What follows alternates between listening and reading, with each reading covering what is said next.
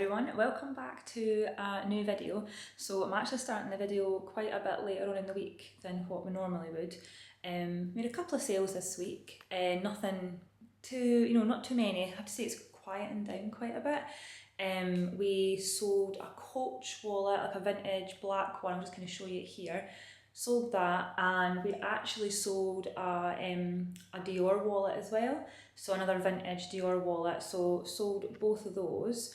Had quite a few people kind of asking about items, but nothing much apart from that, so it definitely is a lot quieter than kind of what it was a few weeks ago.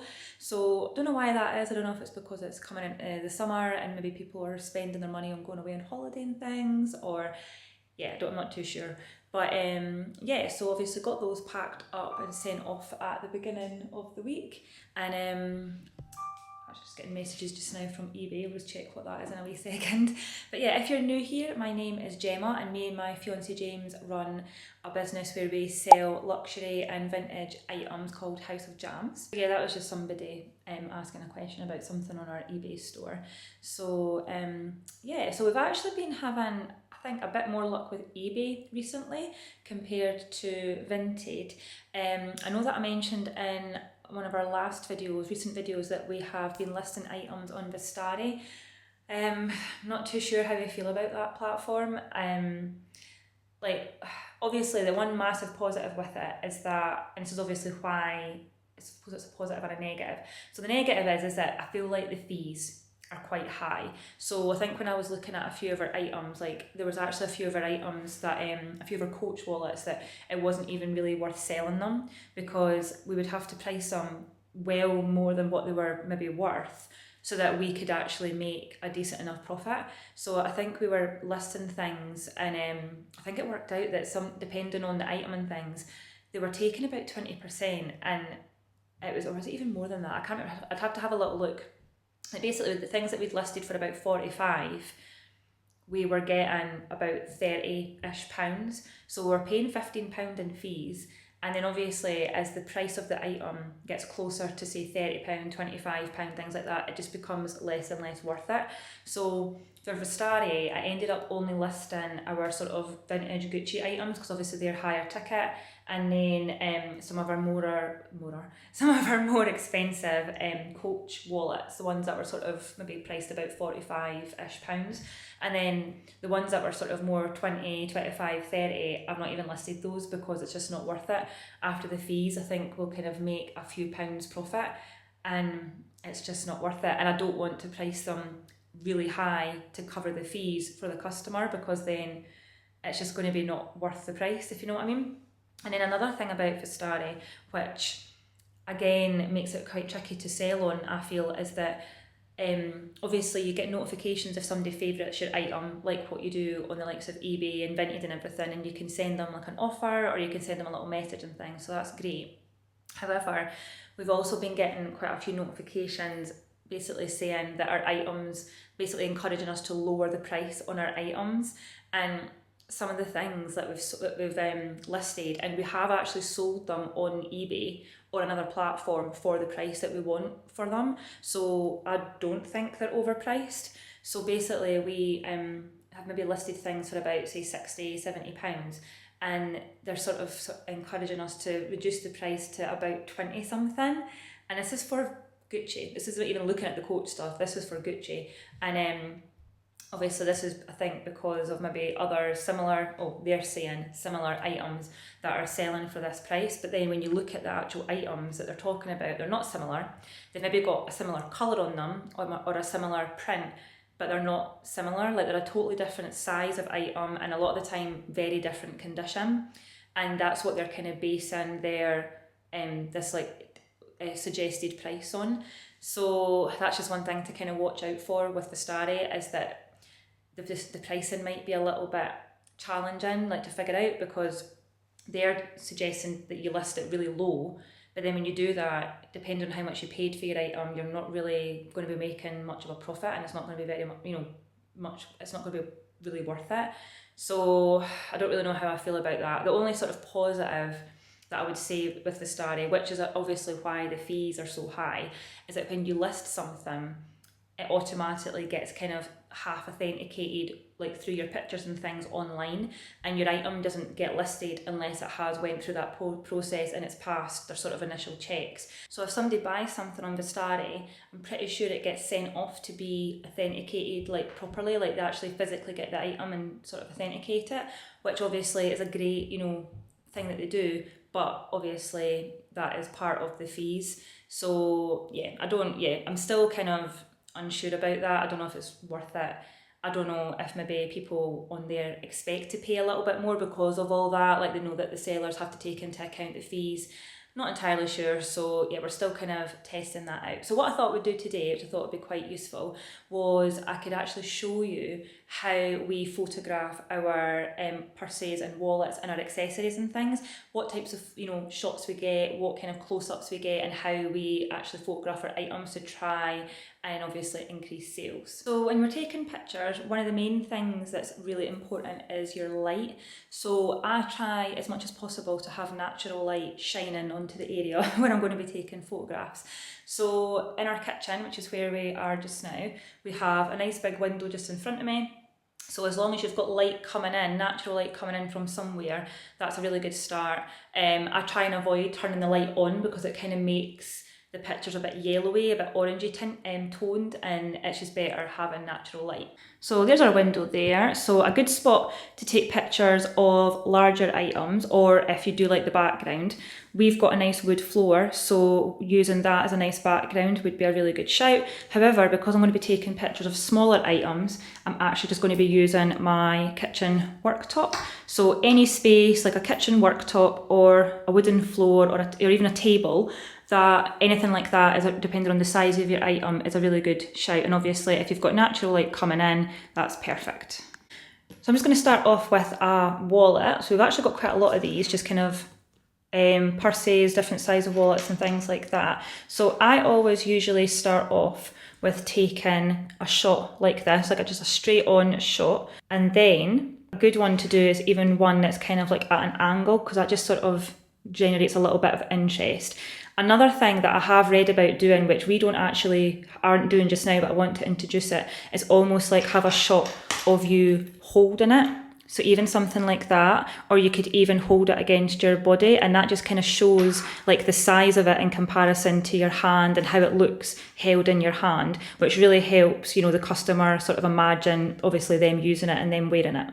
So the next thing that I do is we take close-ups of all the logos. So a close-up of if it's got a logo on the front, a close-up of obviously if it's got the name of the brand or whatever written on the zip, and then inside it's obviously got the brand written there, so a close-up of that. So any sort of close-ups of any logos, anything that's like to do with branding, definitely get close-ups of all of those details. And then if you've got an item like this Gucci wallet, which actually has a serial number on the inside, make sure and get a close-up picture of that as well. Something that I did that was a bit silly was we actually had a Chanel quilted long purse or long wallet for sale for ages. And I didn't realise, so this is just talking about the serial numbers and things, like how important that actually is. So I didn't realise that inside the wallet there was this tiny little label which had the serial number for it on. When I was taking the original pictures, I never noticed it. And it sat, you know, it didn't sell for ages. And then one person asked, oh, have you got a picture of the, you know, the serial number on the label? And I was like, I don't think there is one. So I checked anyway, double checked. It turned out it was, but it was tucked in right into the side seam. So it definitely is worthwhile you know, really checking, even if you can't find initially the serial number or the tag with the serial number on it, definitely double check, because we sold that item.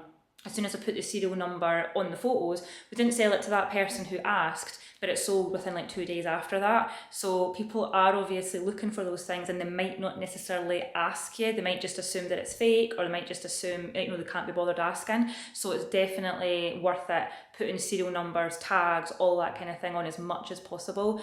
Even if you think that you're thinking, oh, surely all the logos and everything will share, you know, show that it's real. Some people can't be bothered or just don't want to ask, or they'll just assume that it's fake. So it's definitely worthwhile doing. Going back to this piece here, I would normally take a picture, like a straight on picture like that. I would then do one at an angle, and then try and do one where you're maybe holding it so that you could actually see the scale of it in comparison to your hand. Now, usually what I then do, because I'm keeping it zipped up at this point, is I would then take a picture, obviously, of the back of the purse, and then I would actually take pictures of all the sides like that. Maybe do it that way, like that, and then obviously like on that crease as well, just to kind of show all the outside of the wallet. I would then take a close-up of any logos on the outside, obviously the zips, and as I mentioned before, the logo on the inside. There we go. So I would take a picture of that. And then I would be taking pictures showing the actual different compartments of it. So I would open it out like that, just so that people could see all the different compartments. And then what I would do is I'd actually unzip the coin compartment like that, and then take pictures of the coin compartment, just so that people could see inside that area as well. And if you really, really try and get your thumbs out the way, obviously it's a little bit tricky if you're doing it with one hand. And then if you want to, you could also take, open up the larger note slots and take pictures like sort of inside those areas as well. So another thing that you want to really make sure that you take pictures of is any signs of wear. So on that one particularly, I'll show you in a little second, I think there's only maybe a little bit of wear on the sort of card slots on the inside, but make sure and take pictures of those areas. And then obviously if there is anything like a zip missing, any damage on like say the corners on the outside or anything like that, make sure that those are visible in pictures as well. It's probably more relevant with this Gucci one, but yeah, I would just make sure and take pictures of, maybe one side of the wallet kind of showing the corners, making sure that these are visible, all the different areas where there might be a little bit of wear. Obviously you would have taken pictures like that as well to show like all the different edges of it. But if there is any areas where there is a little bit more wear, just make sure and take a bit of more of a close-up picture of those areas as well, kind of like that. And then obviously make sure and point that out in the description as well. So just looking at this piece here, obviously very similar to the ones we did before. We'd take a front on picture, maybe one at a slant, one holding it so you could see the scale, and obviously all the different sides, the back, that side, the bottom, the top, and then you would obviously then start to like open it out and show like sort of the function of it inside, so you could see the condition of it inside, as well as all the close-ups of obviously any details and things that have the Gucci print on it or the Gucci logo on it. Now another thing which is actually really good to show is a lot of the Coach purses and wallets actually have the stud. See how the stud has Gucci written on it? That's a really good thing to show, because it just, is another layer of like authenticity. It's not just the logos, it's not just the zip, the zips or anything, it's actually the studs that are being used. A lot of them, not all of them, but a lot of them have Gucci or Coach written there. And then another thing that you could do, especially if you do have something that's got a pattern on it, is to even show a close-up of the print, like if it's a monogram pattern or if it's a printed pattern, just to kind of show a really good close-up of the actual fabric, or not fabric, sorry, the material that's being used. And then another thing that you could show as well is maybe a close-up of the stitching, especially if it's this kind of stitching where you can really easily see it. So a close-up of the stitching, just to show that it's all nice and even and straight and things. So we photograph our handbags, obviously in a very similar way.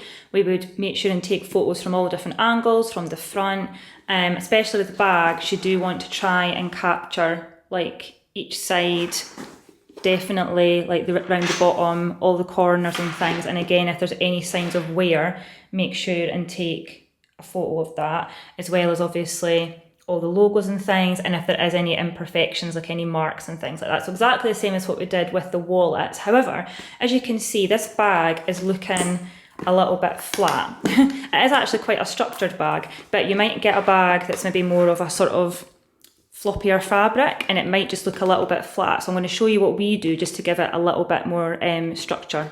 So what I've done there is I've actually just stuffed this with clean socks. So sometimes I might use clean socks, gloves, maybe like woolly hats, scarves, things like that are quite chunky and quite bulky. So any bags, even if it is quite a structured bag like this, it holds its shape, it still is quite good to kind of stuff it. And then I'll just kind of show you. this is what we've done here. As I said, don't worry, they're fresh, clean socks. So I've stuffed it, and what I've done is I've really pushed it down into the corners. Obviously it's not totally full, but it just makes sure that all the corners are nice and like popped out. They're not like kind of like caving in, and they're not sort of like floppy looking. So really, you know, stuff your bags, try and stuff them as, you know, as full as possible. Obviously don't stretch them out or anything like that, but just to give them a little bit more structure. And this is a really good idea, especially if it is a bag that's a bit more of like a floppy or flexible fabric, like it doesn't, you know, doesn't have as much structure as this.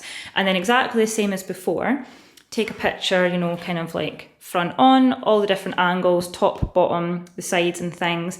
Again, you could do a picture of it, maybe you wearing it, or maybe you, if it's a handbag, maybe you holding it, just to kind of show the scale of the bag, like against your hand or against your body. And again, any logos, any close-ups of like the print, any imperfections or anything as well that's on it. And then obviously anything like the hardware, so close-up of the buckle, of the strap. This one's got a really nice zip. So you want to get a close-up like of the zip, because obviously it's got the logo on the zip.